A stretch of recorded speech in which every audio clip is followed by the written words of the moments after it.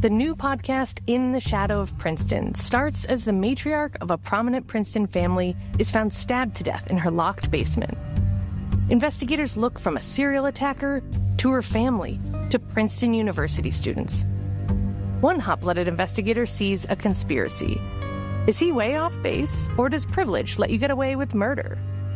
In the Shadow of Princeton is available wherever you get podcasts, or you can binge it ad-free by joining Wondery Plus in the Wondery app, Apple Podcasts, or Spotify.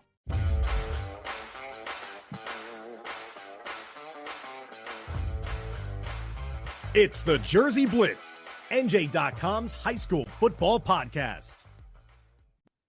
Welcome back inside the huddle, everybody. Episode 10. I'm Dan Long, your host, and I'm joined by our 6 NJ.com football beat writers as we're going to be breaking down a lot of the postseason here on today's episode, as we'll be looking at some of the underdog victories from the first weekend of the public school playoffs, as well as taking a look at some of the impressive performances by teams and individuals around the Garden State. We'll also have the guys give us their thoughts on what is the most exciting playoff bracket in their minds right now to look at when we're looking at the sectional semifinals in the public school ranks. And of course, we're going to break down the release of the non-public A and non-public B brackets as they will be kicking things off this weekend in non-public B's playoffs. So we'll get things going here. And let's take a look at the upsets of note from that first round of the public school playoffs in New Jersey. And Ryan, Patti, you joined me to talk a bit about Riverdale as the number 7 seed, knocking off a highly regarded number 2 seed in Mendham in a thrilling fashion with a 2-point conversion. Yeah, Dan, this has been years in the making for Riverdale.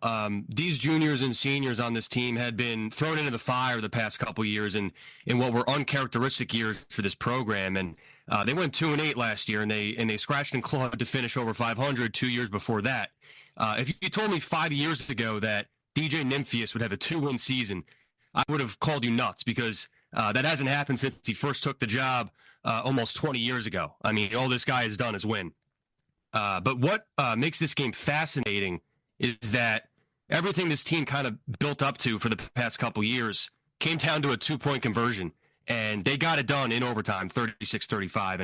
And that shows the faith Coach Nymphius has in his team. I mean, he went for 2. Everything was on the line. And that shows how far these kids have come. And Mendham was one of the best teams in Morris County this season. I mean, Luis has talked them up a lot this year. And Riverdale was non-competitive in losses to inferior Morris County teams in the past couple years. So what a win for the Golden Hawks. And I'm giving them a chance on Friday as well. Bill Evans, you were talking about this potential darling in the playoffs as a number 7 seed, maybe the scariest number 7 seed in the state, and that is Delsea, the defending state champs in Group 3, and they got it done in the first rounds against Burlington Township. Yeah, I mean, Delsea looked like Delsea, and again, they've been running the wing tee now for about 3 weeks, and you could tell, they were the 7 seed, Burlington Township was the 2. Burlington Township was playing it like they were the underdog. They went for an onside kick. They went for a fake punt. And part of the reason was that they didn't want to give Delsea the ball because Delsea, wasn't giving it back. Even after that onside kick, Delsea had the ball on the Burlington Township 41-yard line, and they went on an 8-minute touchdown drive over, 41 yards, just 3 yards, 4 yards, just moving the sticks, controlling the clock. And it was just, what you've expected to see out of them over the past few years, and just wasn't the way they were playing earlier in the year before they changed offenses. And they look dangerous. That they go into a Cedar Creek game now that's very interesting and is one that they can definitely win. And they're back to being a very dangerous team. Joe Zedalis, number 6 seeded Jackson Memorial, came in and took down Central Regional in the opening rounds. Was that a huge surprise in your mind? It was a huge surprise based on the margin of victory, 46-13 for Jackson. Jackson came in not playing well. They went 2-0 to start the season, and then they had lost, 5 of their next 5 games of their last 8. And the difference was they had their superb running back, Jonah Glenn, back. Now, Glenn had 10 carries for 181 yards, but it was just his presence. Jackson played with courage and guile and smarts, and that's nothing we've seen since the middle of September. They got a big game from Eric Zabrowski. He's a small but lightning fast wide out with 4.4 speed, and they put him in a wildcat. So he ran a couple of fakes to Jonah Glenn. The Central Regional defense collapsed on him, and he took off for 2 touchdowns. Zabrowski also caught a little swing pass and turned it in with 68-yard score, and he returned a fumble 35 yards to set up another touchdown. As Jackson played like Jackson, and I think what really came out of this game was the way the Shore Conference is set up. Central Regional plays in the B division, Class B South, and Jackson Memorial plays in A South. So A South is Brick Memorial, Point Pleasant Borough, Townsend North, Howell, Donovan Catholic. Central just could not match the experience Jackson had and the toughness of their schedule. And Jackson played fast and smart and quick. Now they go to Brick Memorial this week. Brick Memorial beat them 37-0 2 weeks ago. I don't expect Jackson to be able to make 37 points up, but I do think it's going to be a little bit closer this week, Dan. And Kevin Minnick, Woodbury, as a number 6 seed, they engineered an upset victory over Middlesex.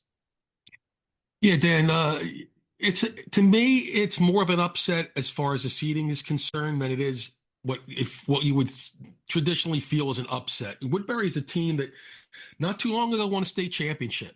And there's a lot of pride in that program. And that's traditionally been an extremely strong South Jersey Group 1 team that, especially when it comes playoff time, you don't want to face. And, in this game, Marquise Taylor, 3 touchdowns, covering 62, 29, and 56 yards. He scored every time he touched the ball. He had the 3 catches. So, Woodbury is a team that, comes into the tournament with a sub 500 record, but they've played some really quality Group 1 programs in South Jersey that sets them up for this, this opportunity. They're going to take on a Shore team that, obviously has had a tremendous season to this point, but, even having to go on the road again, I don't know if I bet against Woodbury. This is a program, like I said, that's steeped in tradition. They rise to the occasion. They've got some fantastic players. In addition to Marquise, Jaswan Solomon is a 4-year starter for them, who seemingly gets better and better every year. And the quarterback Timmy Holmes has done a much better job this year than he did breaking in a year ago. So, like I said, Woodbury is a team that's, built for the tournament. This year, it kind of took them a little while to get going, but, they've got, gathered some steam right now. And, I don't know if I go against them. So those are some of the major underdogs that pulled off the finest upsets in the first round of the Pope School playoffs. And each of those, according to our guys, can continue to make some noise throughout the postseason. So while it was impressive for some of those teams pulling the upsets, we want to see what really caught our beat writers' eyes in terms of player and team performances from the first weekend of the postseason here in New Jersey. And Ryan, Patti, who was really somebody that stood out to you? Well, this team's out of my coverage area, Dan, but I covered their game on Saturday because they hosted Bayonne, and that's Piscataway. The Chiefs won 42-13 over the Bees in a game that could have been even more lopsided had Piscataway not shot itself in the foot in the first half with some penalties. But senior running back James Bodley was dynamic. He had 4 touchdowns with 1 in each of the 3 phases. He had 21 rushes for 195 yards and 2 scores. He had 10 tackles and a fumble recovery for a score, and he had an 85-yard kick return for a touchdown. When he gets downhill, this ground game can be high octane. I mean, they can move the ball on the ground. He's a game changer, and so is his teammate Jahai Johnson, who's committed to Bowling Green. But we talked about how wide open North 1 Group 5 is last week, and if Piscataway's playing at this level, they can win the section. We welcome on to the show for the first time Luis Torres. And Luis, there was an overtime game that caught your eye and a team that's really making some noise this season. Yeah, we had some thrillers kind of throughout the state in the first week of the playoffs, but one that really caught my eye was Pequannock kind of rallying and beating Madison in overtime. And Pequannock has never really gotten over the Madison hump. I mean, they had lost 4 in a row to them in 11 of 12, and they lost to them a couple of weeks ago, actually. Madison beat them 21-14 at home, and Pequannock kind of had to dig deep in this game. Coach Mike Mastrello has done a really good job there now in his second year, kind of running the wing team, kind of changing the personnel and everything, and they made some adjustments there at the end of the game. to kind of get the ball rolling. I mean, Madison took a lead late in the game in the fourth quarter, and Pequannock converted. I think it was a fourth and 29 to extend the game, get down to the 3-yard line, score, and then send the game to overtime. Madison got the ball first. They scored, but missed the extra point. And then Alex Dialitza, the quarterback for Pequannock, had 3 touchdowns on the night and scored the game-tying touchdown. And Nick Zucala kicked the game-winning extra point. So it's a big win for Pequannock, trying to get over that Madison hump. I mean, losing 11-12 to a Morris County rival and kind of probably sits in the back of your mind, especially after losing to them a few weeks ago. So good win for Pequannock, kind of keeps their season going, especially after the last year they lost in the quarterfinals in a heartbreaker, I think it was. So good job for Pequannock there, getting over the hump. Kevin Minnick, what was the most impressive performance for you from the first round of the playoffs? Dan, I'm switching gears and I'm going individually. And, while Peaky Roseborough has been absolutely fabulous at quarterback for Atlantic City this season, especially coming on strong in the second half of the year, Sanaya DeGraffenried, an all-state wide receiver, we haven't really heard much about him in the last couple of weeks. He's kind of, I don't know, been in the shadows a little bit, but the kid they call Ice Cup, he showed up for their first round game against Eastern. 6 catches, career high 244 yards and 5 touchdowns as Atlantic City knocks off Eastern in a rematch of a regular season game. And Rutgers commit Ice Cup, when he gets the ball, he is extremely dangerous. And he scores on touchdowns of 35, 55, 45, 83, and 13 to help AC Vikings pull away. And he's just a dynamic athlete. We talked a lot about Lotzier Brooks of Millville, that maybe, we'd like to see him get the ball a lot more often because of how dangerous he is. Ice Cup is the same way. And he clearly showed in this game when he gets his hands on the football, big things can happen. And, AC will host another game against Cherokee this week, where it's another rematch from a regular season game that was close. And I expect to see Ice Cup, do a little damage again and, potentially melt the hearts of Cherokee. I have to say, I think he's got to be first team All-State when it comes to nicknames. Ice Cup is great. And when you're a great player, you live up to the hype there. So that's great to hear about with Atlantic City. Bill Evans, a freshman quarterback, catching your eye in his performance from the first round of the postseason. Yeah, Ocean City freshman Jackson Becker, he came into this season with a lot of hype. What wasn't the starter hasn't been the starter, but they've kind of got him in there for a couple plays here and there, or a drive here and there, just kind of get his feet wet and give him a little bit of a different dynamic out there on the field. Well, they had a couple close losses at the end of games, one 15-13 to Holy Spirit, who's state ranked, that they lost in the last minute, and then to a very good Cedar Creek team, 7-0, again coming down to the very end. And I guess just wanted to get a little spark, put Becker in there for most of the game against Allentown in the first round of the playoffs. His numbers weren't dramatic. He was 6-9 passing for 81 yards, but threw for 2 touchdowns. He also ran 13 times for 80 yards. Those were both season highs, and that they ended up going on and beating Allentown 42-34. So that they got some good production out of the running game. Tristan Schmidt had 119 yards and 2 touchdowns. So Becker really sparked that offense. Got them kind of going in the right direction, and picked up a really big key playoff win. I know that down there in Ocean City that they think a lot of Becker and know that over the next 3 years, he's going to be really special. And they just kind of accelerated the timeline this week, and he helped them get a big playoff win. Joe Zedalis, I know that you were taken aback by a performance that made a little history for Manchester Township. How much heartbreak has Manchester Township caused West Deptford this football season? They beat him for the second time in traumatic fashion. Most recently, a 37-yard field goal by senior kicker Ian Spicer with 2.7 seconds left in the fourth quarter completed a comeback for Manchester, giving them their first playoff win in program history. The school has been open since 1974. In the first game of the year, Manchester beat West Deptford 26-21 in a storybook comeback with, their hobbled quarterback coming off the bench to throw a late touchdown pass. It's really quite a story.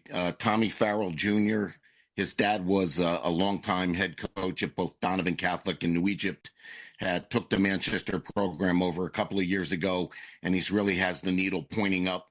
They won their first division title this year, and now they've made some noise in the state playoffs, and it was something really special. And I think the Shore Conference as a whole was impressed and proud of that victory, Dan. And welcoming on to this episode for the first time, Mike Kinney. And Mike, what was something that stood out for you in watching the first round action in the public school ranks here in New Jersey? Yeah, hey, Dan. A lot of really outstanding performances among many of the players and teams that I cover in the Big Central and Essex. But I got, there's no question that Jackson Jankowicz from Hillsborough, what he did on Friday night, is the thing that really stands out the most. Now, a little bit him individually, but also I think the Hillsborough team now.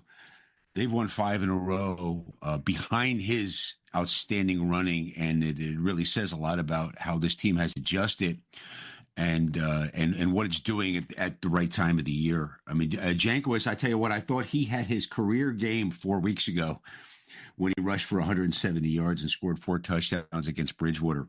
But against Freehold Township Friday night, he carried 19 times for 237 yards and 5 touchdowns. He scored a 6th touchdown on a catch from QB Ryan Seaman, and he also intercepted a pass. So this kid had a career in an evening.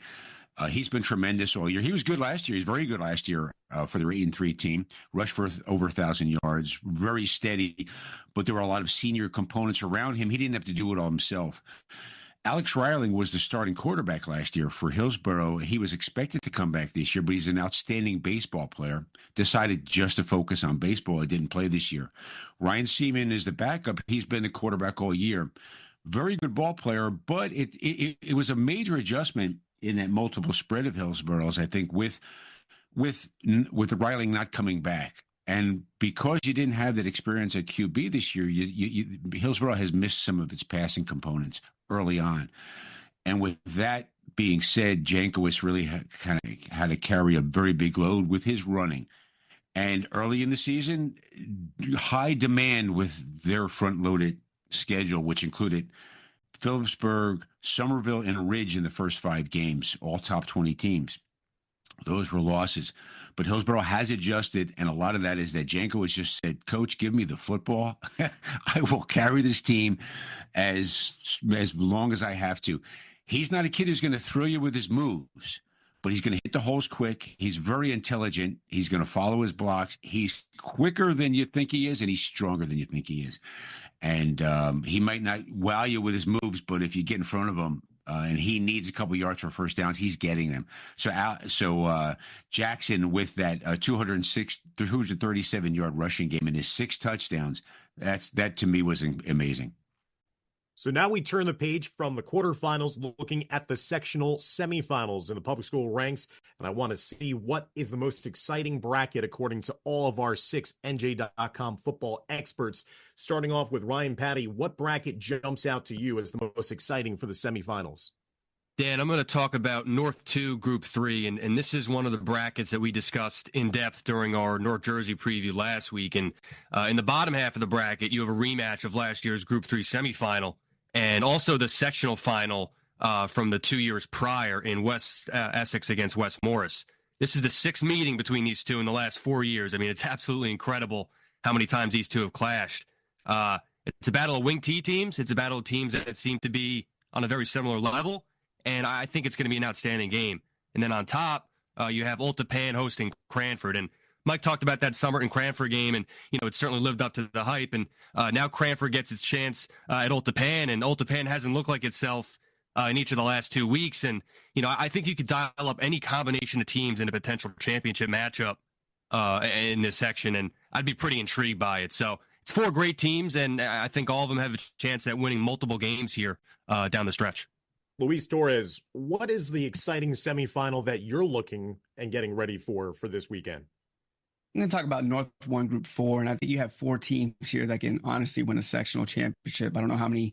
I mean, I'm pretty sure a lot of these brackets and a lot of these semifinals will have multiple teams that can win sectional tournaments and sectional titles. But I'm going to begin at the top half of this bracket. And you have a rematch here at Morris Knolls against Mount Olive. And Morris Knolls beat Mount Olive at Mount Olive a month ago, 27-7. And I'm curious to see kind of how Mount Olive kind of adjusts to Morris Knolls' kind of spread option, triple option offense that they have now that they get another week to prepare for it. I know it's always hard to kind of prepare for those teams on just a short week and on a weekly basis. So that's an intriguing matchup there. I think that game will be at Morris Knolls as they're the number 1 seed in that section. So you got a rematch between 2 Morris County teams there. And then at the bottom half of the bracket, you have Ramapo at Ridge. And I know both Mike and Ryan have been high on both of those teams. Ramapo's been red hot, winning 6 in a row, running the scheme a lot better, kind of with everything there with Charlie Wingfield, Casey Grusser, and then they're going to have to match the physicality of a Ridge team. I mean, Ridge.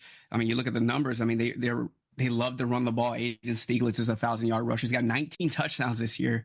So Ramapo's defense is going to have to be up to the task and match Ridge's physicality if they kind of want to get back to another sectional final. I'm very excited to go and cover that game on Friday night, having seen both Ramapo and Ridge throughout the course of the season. I think it's going to be a great game to see who advances to the sectional final. Kevin Minnick, what is the bracket in terms of semifinals that is standing out in your mind? Dan, I really like what we're looking at with Central 5. It is Central 5, and the way that they name these brackets is for another day, but we have 4 traditional South Jersey teams competing for this title. And, Washington Township will host Cherry Hill East in one game, and Atlantic City gets another home date against Cherokee in the other half. So, I really like this. Washington Township is a team that has come along in the last couple of years under Coach Mike Schatzman. The Township tradition had been one of winning, but not being able to get over that hump. They struggled for a little bit. Schatzman came in and really has turned the program around. They reached the sectional final last year and have a good opportunity now to reach another one at home, and they'll take on a Cherry Hill East team that has really been one of the bigger stories in South Jersey football this year. A program that not too long ago had struggled mightily, seasons of no wins and 1 win, and almost like, why are we playing football at Cherry Hill East? Tyler Drob, an alumni there at East, has come on, and they've really done a great job this year. They are one of South Jersey's and one of the state's undefeated teams still.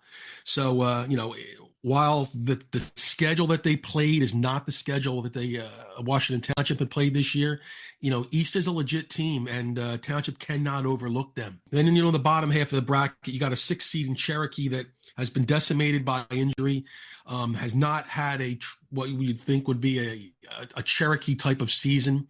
They're sitting at 5-5 right now, but they have an opportunity, even though Atlantic City is red hot.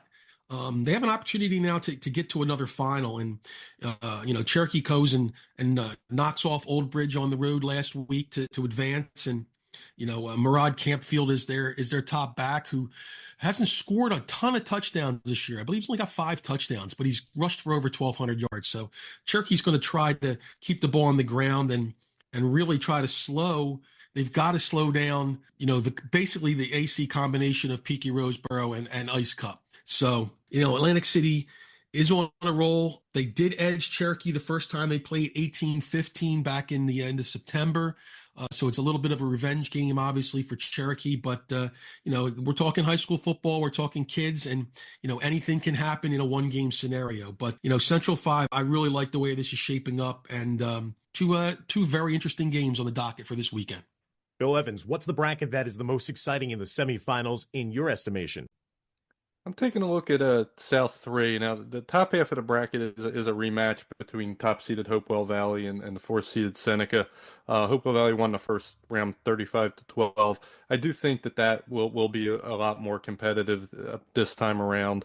But the game on the bottom half is the one that's really got me interested. Holmdel taking the hour and 20-minute ride to Mainland. Mainland, as we know, is the defending Group 4 state champ, but it's been a bit of a rebuilding year, but they've really done a good job. They're 7-3.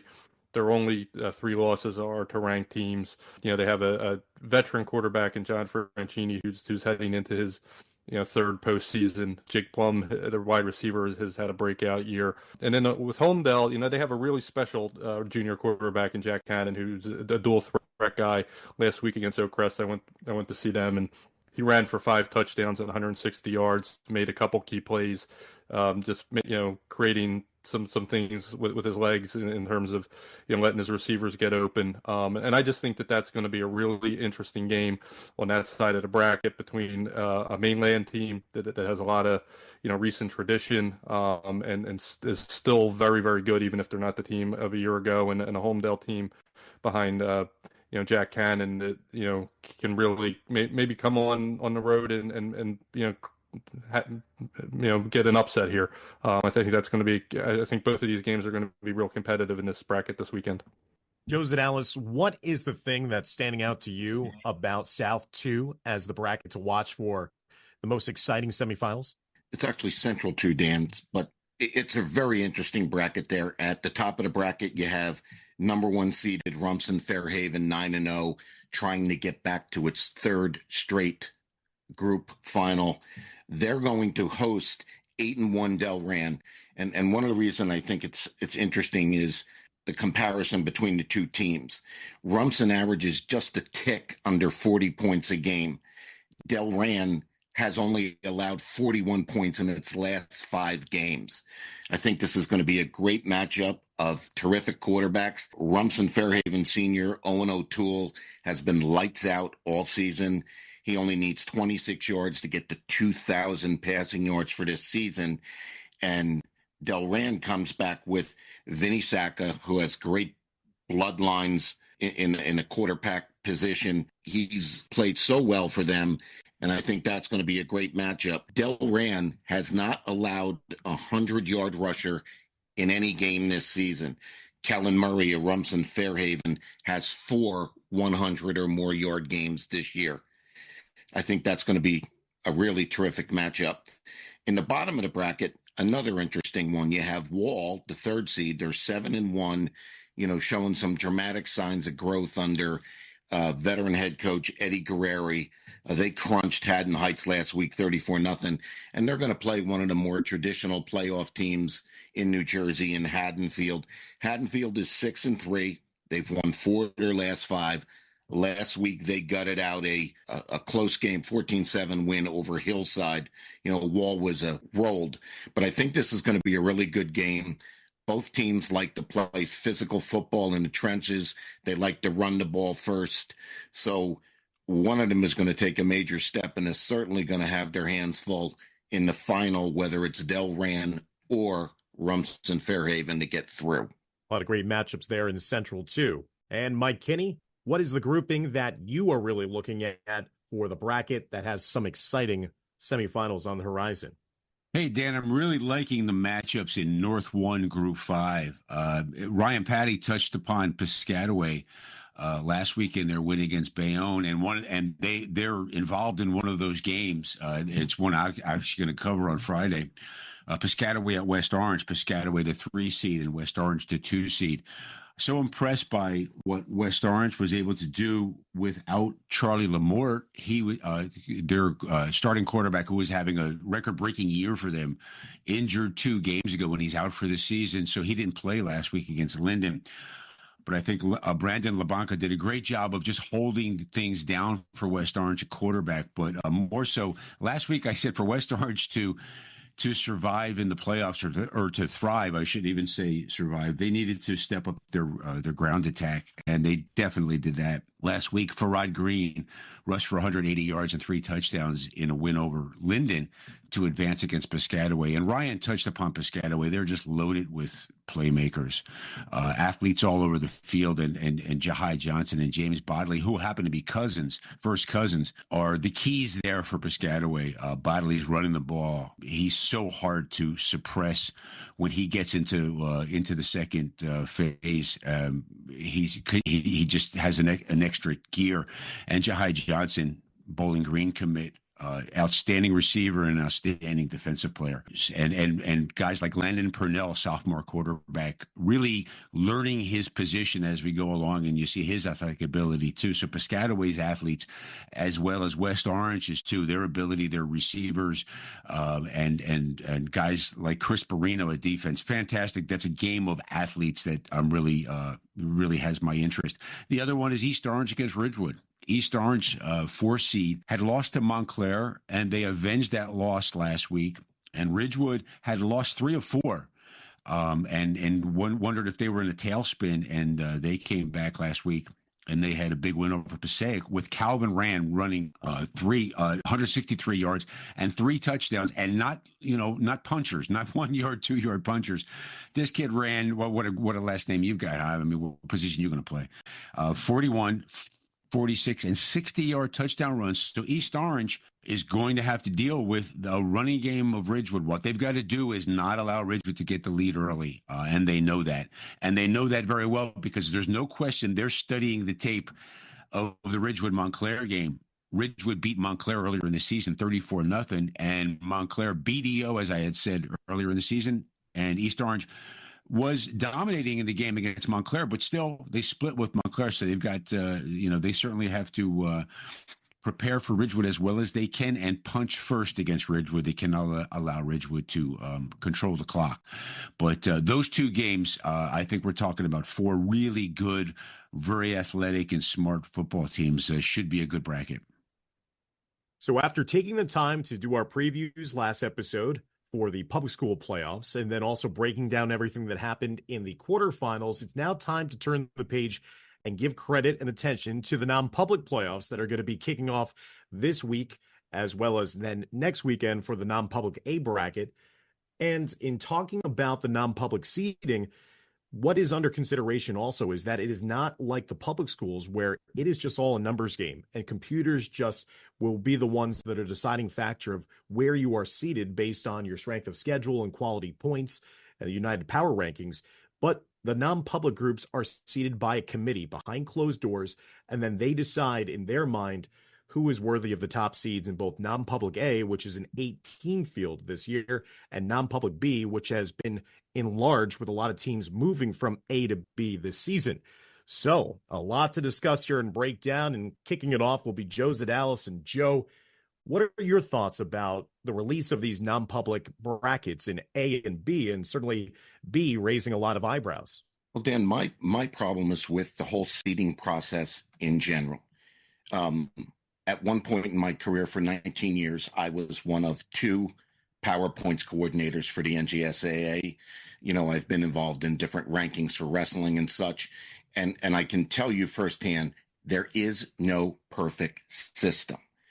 And that's the first thing. But I will say this, the simple fact that the NJSIAA assembles a committee to finalize the non-public brackets tells you the real issue is that the UPR, the power rating, does not work in the non-public sectors.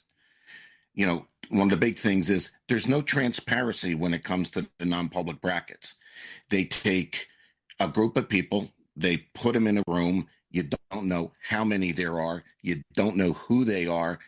The names of CIA operatives aren't that well protected. All we know is they're public school athletic directors. Do those athletic directors actually see the teams they're rating? It's a hell of a task to try and see teams playing between Sparta and Hamilton. The media is not allowed in the meeting. It's open to nobody. And there are no appeals that we know of. But again, another question is, what is the process this committee uses? Do they go solely by head-to-head? Did they consider strength of schedule? Did they look at the health of teams opposed to now and earlier in the season? Now, while fans may not agree with what the NJ.com football guys do every week in our top 20 rankings, at least we have seen all the teams play. If you look at the final UPR rankings in non-public A, this St. Augustine would have been the number 3 seed. No offense to the Hermits, they didn't deserve to be number 3. So the committee fixed that. The bigger travesty to me was in non-public B.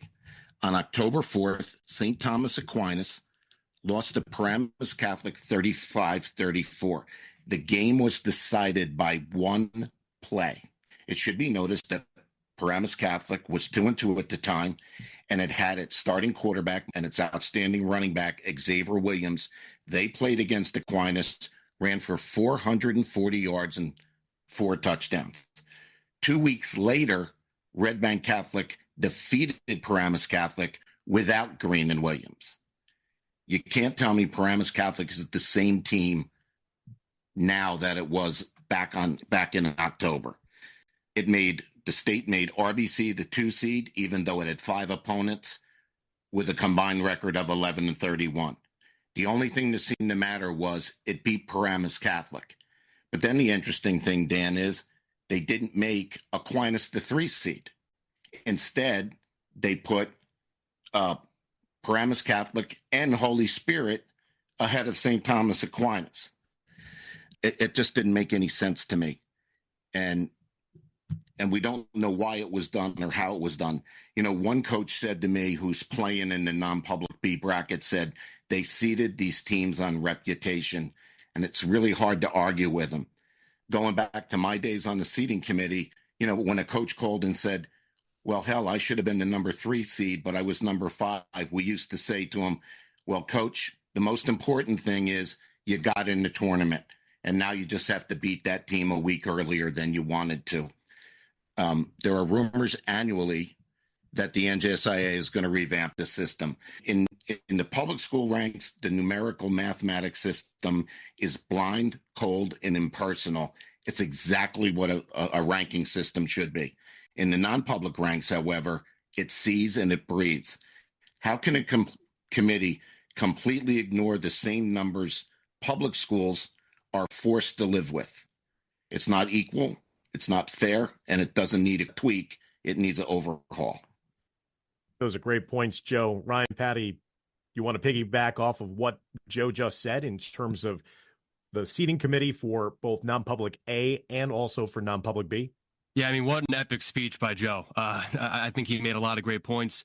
The lack of transparency is clear, and I get why there's no formula like OSI or PowerPoints for the non-pubs, but there has to be some kind of reasoning. The silver lining is that we get to break it all down on the Jersey Blitz and come up with our own theories. I will say, though, the committee has a very hard job, and, you know, I don't envy them whatsoever because someone's always going to be upset. But for non-public B, you know, according to our top 20, and like Joe said, not everyone's going to agree with it, but St. Thomas Aquinas and Holy Spirit are the second and third best teams in this section. If chalk holds true, those two would be playing in the quarterfinals, and that just feels wrong. I get how the committee can't just throw head-to-head results out the window, but this is not the same Paramus Catholic team it was earlier in the season. And as for non-public A, I actually think it was seeded fairly, but you can make the case that St. Augustine should be the 5 instead of the 6. And I would have St. Augustine as the 5. I think it's, you know, not egregious that they're the 6, but, you know, according to our top 20, St. Augustine would be the 5, and St. Peter's would be the 6, because St. Augustine is in our top 20 and St. Peter's isn't, because St. Peter's has 5 in the loss column, and that's a pretty big number.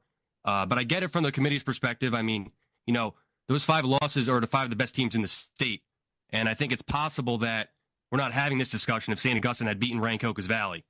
All 6 of us picked St. Augustine to win that game, and they didn't win. And St. Peter's handled its business against Union City to start the year.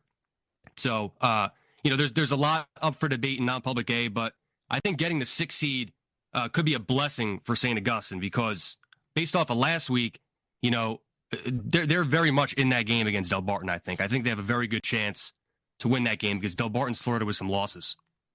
Bill Evans, when I was finishing up broadcasting our Saturday game of the week last week at St. Joe's Regional, when they were losing to DePaul, one of the things that I was even talking about on the broadcast was, does this now possibly move St. Augustine up over past St. Joe's? And a lot of St. Joe's fans were almost thinking that they were going to be flipped over and have to make the trip down to Richland. Do you feel that St. Augustine was slighted here to not even be given the 5, but then have to fall to the 6? And is Holy Spirit also upset based on the seeding? I think both teams should be upset, and I'm not going to come here and say St. Augustine should be the 4 and should be hosting St. Joe's. I do think they should definitely be the 5, but by any parameters. You compare them against St. Peter's, as Ryan said. St. Augustine's in our top 20.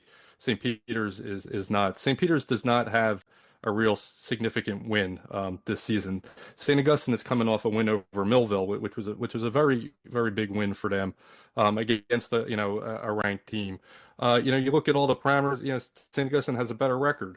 They had more power points. They had a better OSI. Obviously, that added up to a better UPR. And it does seem like the committee just took all the traditional big North Jersey powers and just seeded them 1-5. And last year St. Peter's and St. Augustine played in the playoffs, and St. Augustine won that game 35-14.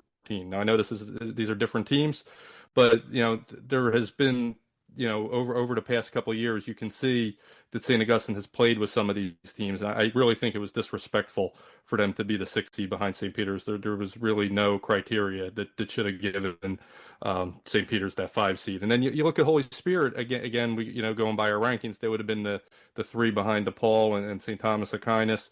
Obviously, there's head-to-head here, not with Holy Spirit, but St. Thomas Aquinas losing to Paramus Catholic. Ryan touched on it. I don't need to kind of reiterate, but PC is not the same team that they were then. But you could take Holy Spirit. Holy Spirit, in my mind, is definitely ahead of Paramus Catholic. If you want to just stick to that head-to-head, then you could have made Holy Spirit to 2 and then PC to 3, and then that bumps Aquinas down to the 4. I would, again, if going by our rankings, which I trust, I would have had Aquinas 2 and Spirit 3.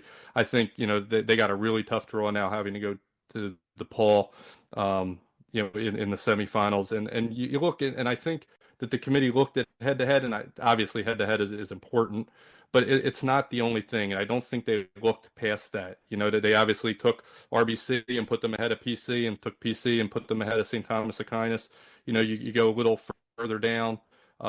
We have Paul VI ranked ahead of Notre Dame, even though Notre Dame won the head-to-head matchup, because Notre Dame lost to Nottingham, who Paul VI beat. Now, Nottingham's not a non-public B, but that's still a triangle. And if you look at their overall criteria, I think Paul VI should definitely be ahead of Notre Dame. So I really think, that they should really take a look at this system.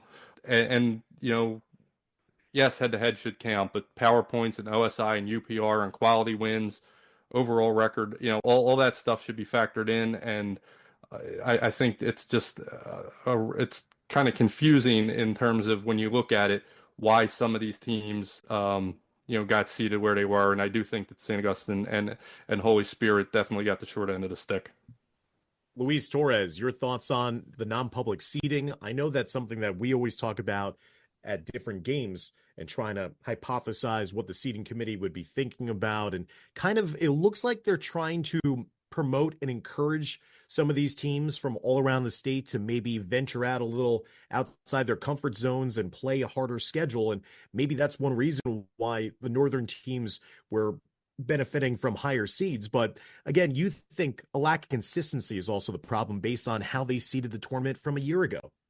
Yeah, I think this year they really valued strength of schedule more so than they did last year, especially kind of in B. And I mean, last year, if you remember, Don Bosco Prep was the 10 seed, and they had to go and play Pope John in the first round. Seton Hall Prep was an 11 seed and went all the way to the semifinals. And of course, Don Bosco and Seton Hall basically played the same exact schedule this year in state based on kind of the division. So I think it seems like, I don't know exactly what the criteria is from year to year, but it seems like there was a lack of consistency this year compared to last year, just kind of on the consistency portion, kind of straight to schedule. It seems like that was valued a lot more, and kind of valuing teams and crediting teams like a Red Bank Catholic for playing a PC, a Don Bosco early in the year, kind of.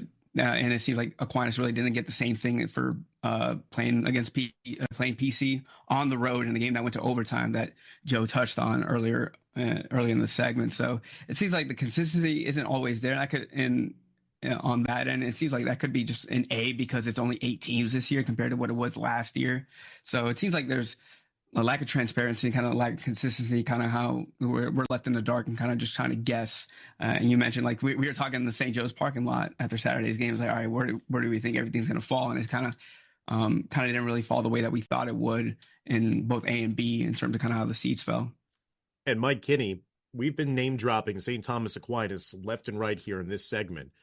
They're a team that when people would ask me, certainly after the DePaul Catholic win against St. Joe's, who's a team that could really threaten potentially DePaul, who's a heavy favorite in non-public B? And one of those teams I immediately said, thinking in my own head, they're going to be on the opposite side of the bracket, was St. Thomas Aquinas. That I was thinking this could be a team that can match up with DePaul come playoff time at MetLife. But that's not going to be the case after they were seeded as the 5th seed here in non-public B. What are your thoughts on this bracket?